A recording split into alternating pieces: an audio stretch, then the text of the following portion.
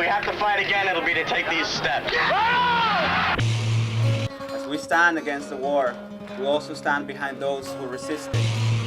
More and more U.S. service members are actively refusing to participate in the illegal, immoral invasion and occupation of Iraq. No more.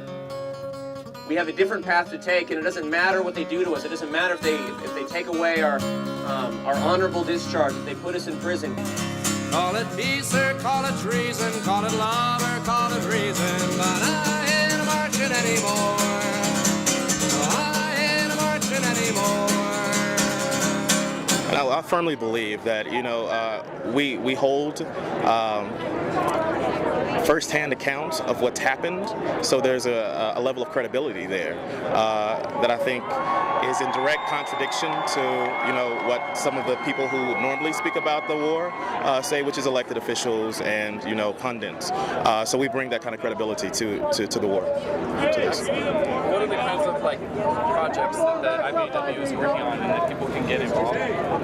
One of them is Truth in Recruiting, and saying that basically informing teenagers about their rights. We want it to be a truthful recruiting process. We don't do counter recruitment, and you could kind of say that's what it is. But we want recruiters to tell the truth. We don't let kids know what exactly they're getting into. That's one of the campaigns, and we're always working on to end the war. Back in March, we held Winter Soldier, which is the 13th through the 16th, and from Winter Soldier, it was Iraqi or vets from Iraq and Afghanistan giving a first-hand testimony about atrocities that they had seen in Iraq, and from there they did Winter Soldier on the Hill, and it was seen before Congress people. So the next step is logically to get that under oath. So actively trying to end the war, actively encouraging GIs to resist. So there's lots of GI resistance campaigns. Excellent. Yeah. And what is the best way, do you think, to end the war? What are we doing to end the war? I think people need to get out in the streets. I mean, I think it has to be a real movement. I don't think one thing is going to end the war.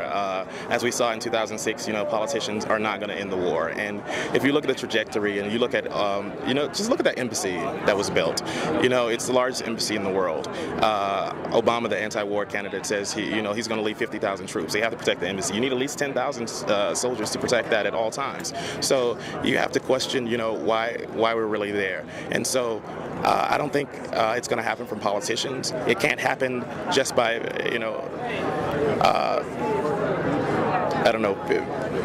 people lobbying to end the war. That's not the answer. GIs have to stop fighting the war. That's how it ends. And they need the support. They need to see people in the streets that are supporting them, so that when they actually resist and when they go AWOL, that the people are there for them. I ain't marching anymore. We just want to tell what our 3 points of unity are, and that is to immediate withdrawal of all occupied forces from Iraq, make reparations to the Iraqi people for the destruction that we've caused in their country, and also to have full benefits, mental and physical, for all veterans returning overseas without questions, no appeals. Do you have any opinions about the war in Afghanistan? I'm starting to think that that's a big scam as well. If you start to look at at what kind of oil pipeline is going on, there's a lot of behind-the-scenes things.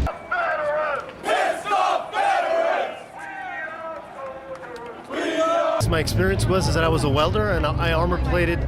Not by myself, but with a good team of welders and a good support, other good soldiers that I worked with, and I'm very proud of the work that we did. And we armor plated many vehicles, and we saved a lot of soldiers' lives. But the war was kind of questionable. When I got back, I really researched what was going on, and I found that it just seemed like there were a lot of lies and a lot of obscurities. So that's why I'm questioning it now.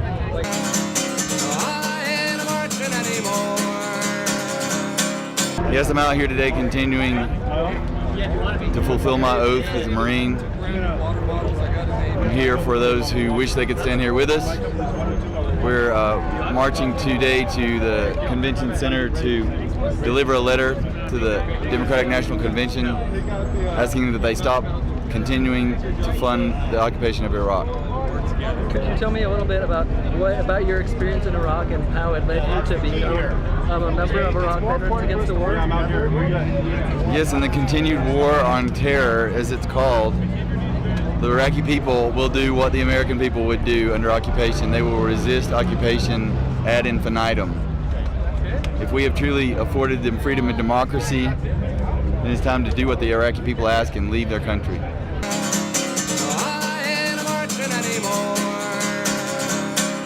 I'm here today to, like the rest of us, I guess, to send a message to Senator Obama that we want to end this war, and we want to hold the Democrats and him accountable if he is the Democratic nominee for what they say they want to do, which is end the Iraq War.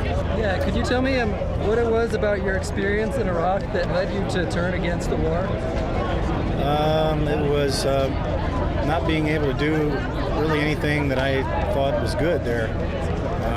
All I really did was drive around the country, using up fuel and delivering supplies, military supplies, along with food and water for soldiers,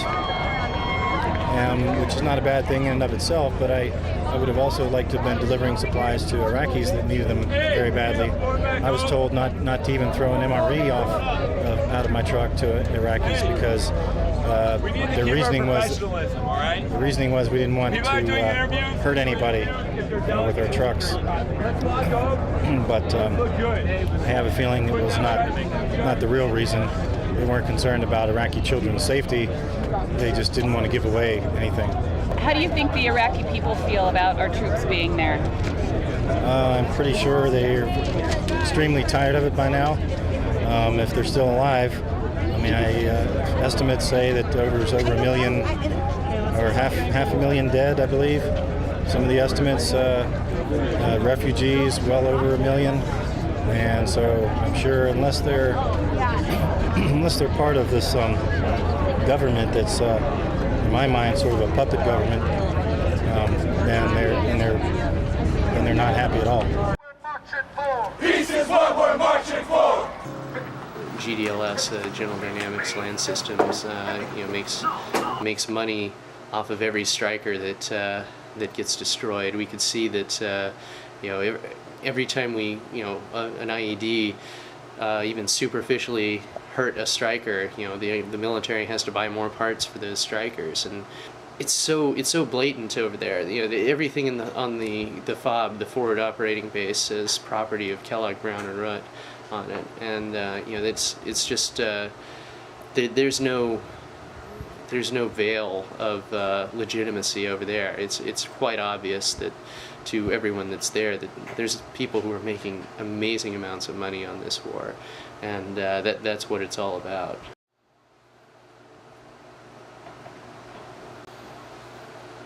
I joined the Army knowing that we were going to go to war with Iraq. It was pretty obvious at that point.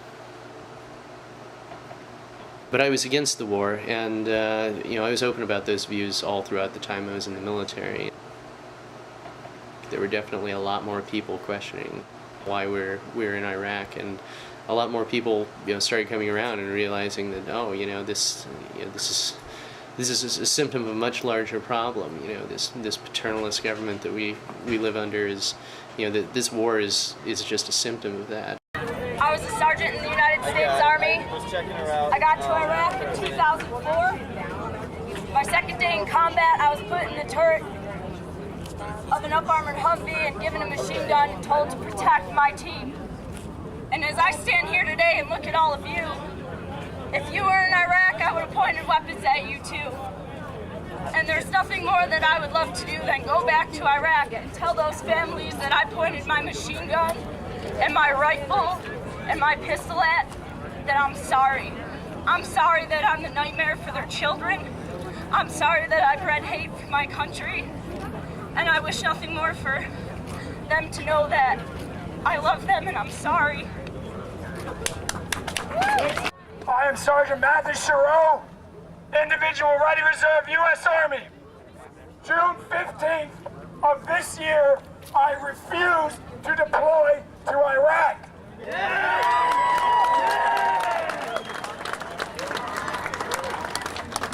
The occupation of Iraq is illegal, unconstitutional, and is a war of aggression as defined by the Geneva Conventions, the Nuremberg Principles, and the UN Charter, which was violated when we invaded, inherently violating Article 6, Section 2 of our U.S. Constitution. This is unacceptable, as I am sworn to protect and defend my Constitution from all enemies, foreign and domestic. Our enemies are at home, ladies and gentlemen. They are here. They will kill this country with apathy, with selfishness, with greed, with materialism. We stand here in defense of the Constitution. We stand here in defense of the rule of law. We stand here in defense of our brothers and sisters who have had their services abused so deeply by the highest leaders in this land. This is unacceptable. Not by my hands will I provide, not by my hands will I take another's life who never did anything to this country in the first place.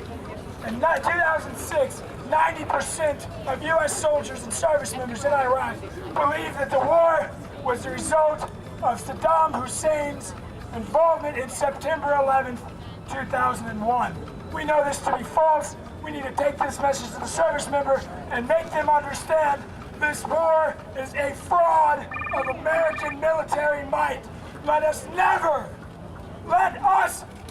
stand by in apathy while our rights are stripped and lives are taken overseas. Thank you.